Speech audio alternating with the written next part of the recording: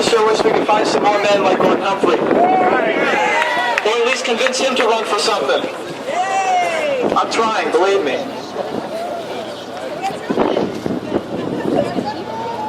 Senator, it's with great pleasure that I hand to you the microphone and ask for your thoughts on this wretched piece of legislation. Gordon Humphrey.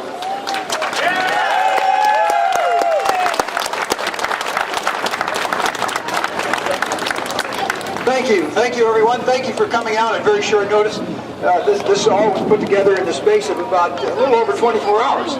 And so I think that this many people came out with this much enthusiasm in so little time is a sign of just how strongly we feel about the government treading upon our freedoms. Don't tread on us, Mr. Obama.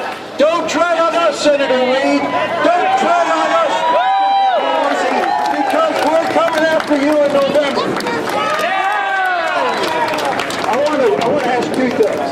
I want to ask first if the parents of these youngsters holding the American flag and the "Don't Tread on Me" flag would escort those youngsters around so that they can be here in the front of the stairs. Good job, guys. Right up here. Not so high that you obscure the speaker, but yeah, that's the way. Hey, thank you. Well done. I love these flags, and I love these kids for coming out. This is our flag. It stands for freedom. Yeah. And the people in Congress and in the White House today are treading dangerously upon our freedom. And they're violating the advice given by our colonial forebears, the patriots. Don't tread on me. Let's repeat that. Don't tread on me. Don't tread on me. Don't tread on me. Don't tread on me. Don't tread on me. Okay, we won't.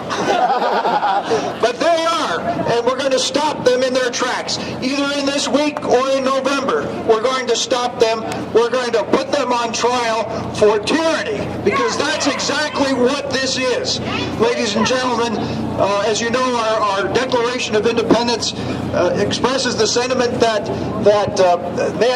governments are instituted among men, and they derive their just power from the consent of the governed. A vast majority of Americans oppose this bill. In election after election over the last few months, the American people have clearly sent the message to the President, to Speaker Pelosi, Senator Reid, that enough is enough. We don't want this bill. We want you to put it aside and go back and start from scratch and give us a bill that is worthy of the American nation and of our founding principles, not a bill like this one that is more worthy of the communist founders of the former Soviet Union. For months, the American people, in growing numbers, in a majority growing ever larger, have asked that this bill be put aside, and the government continues to ignore us. When the government is utterly contemptuous of the citizens, when the government imposes its will without the consent of the people, ladies and gentlemen, that is called tyranny. President Obama, Speaker Pelosi, Senator Reid are so drunk on power, so arrogant, that they have in fact become tyrants. This is tyranny, ladies and gentlemen. They are tyrants, and they must be put in their place. I want to thank you for the great work that you've done, the 9/12ers and the Tea Party folks and concerned Americans of every political point of view who've literally and almost miraculously turned public opinion. When this proposal first surfaced a year or so ago, people were sort of, who's afraid of the big bad wolf? Well, yeah, let's reform healthcare. But when they learned the details, principally from you, certainly not from our leaders, but principally from you, they began to change their minds in the thousands and the hundreds of thousands and the millions to the point where today they stand in a majority across the country in opposition to this un-American, ghastly attempt to take over the entirety of the healthcare industry. So I want to give you the credit and give you the thanks. And we need to keep working hard these next few days. We're down to the finish line, and we hope victory lane ultimately. But thank you for what you're doing. We need to say what it is. The President and Speaker Pelosi and Senator Reid, when they tell you this is going to reduce the cost of health care in the U.S., you can choose your own doctor and everything will be just really neatsy-keeny. They're lying. They're lying. It's time to call a lie a lie. It's time to call liars liars. It's time to call tyranny tyranny and tyrants tyrants, and that's precisely what we're doing. Now, I hope Congress has been listening. I hope Congress has been listening. This is a mannequin that we got up. I'm sorry. This is a mannequin that we've got up. You can see his name is Congress. And actually, because his name is Congress, I should call him a dummy. So this dummy is Congress. Have you heard us, dummy? Have you heard us at last?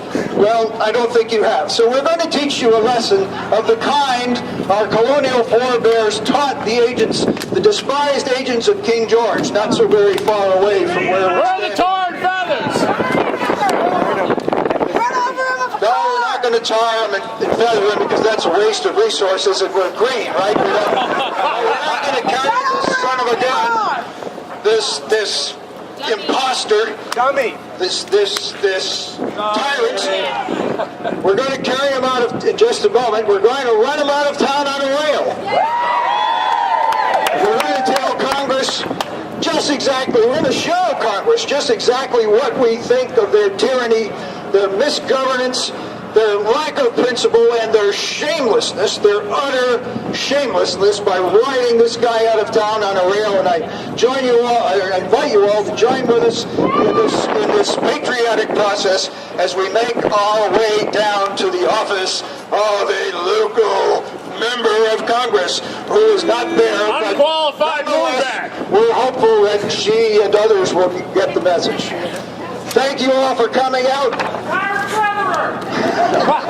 Well, we're not going to do that, but we're going to run them out of Congress. We're going to run Congress out of town on a rail come November. You should turn father. One last thing. There is lots to be hopeful about, and one of the things to be hopeful about are these young folks, young men and women who are running for office. And I want to hold up for you an inspiring example of another such person who's not yet a candidate for office, but of whom I expect very great things in due course. This is a young man who chairs the budget committee of his town. And get this, in this day and age of profligate spending, this young man, who is chairman of the budget committee, took a fresh look at his town budget and started each department at zero-based budgeting, worked up a brand new zero-based budget line item veto of 1,100 lines, and the net of all of that is he cut taxes. He cut taxes. Hear that, Governor Lynch. Hear that, President Obama. Hear that, all you nincompoops in Congress. He cut taxes, property taxes in his town. And the young man to whom I'm referring is none other than Andrew Cunningham.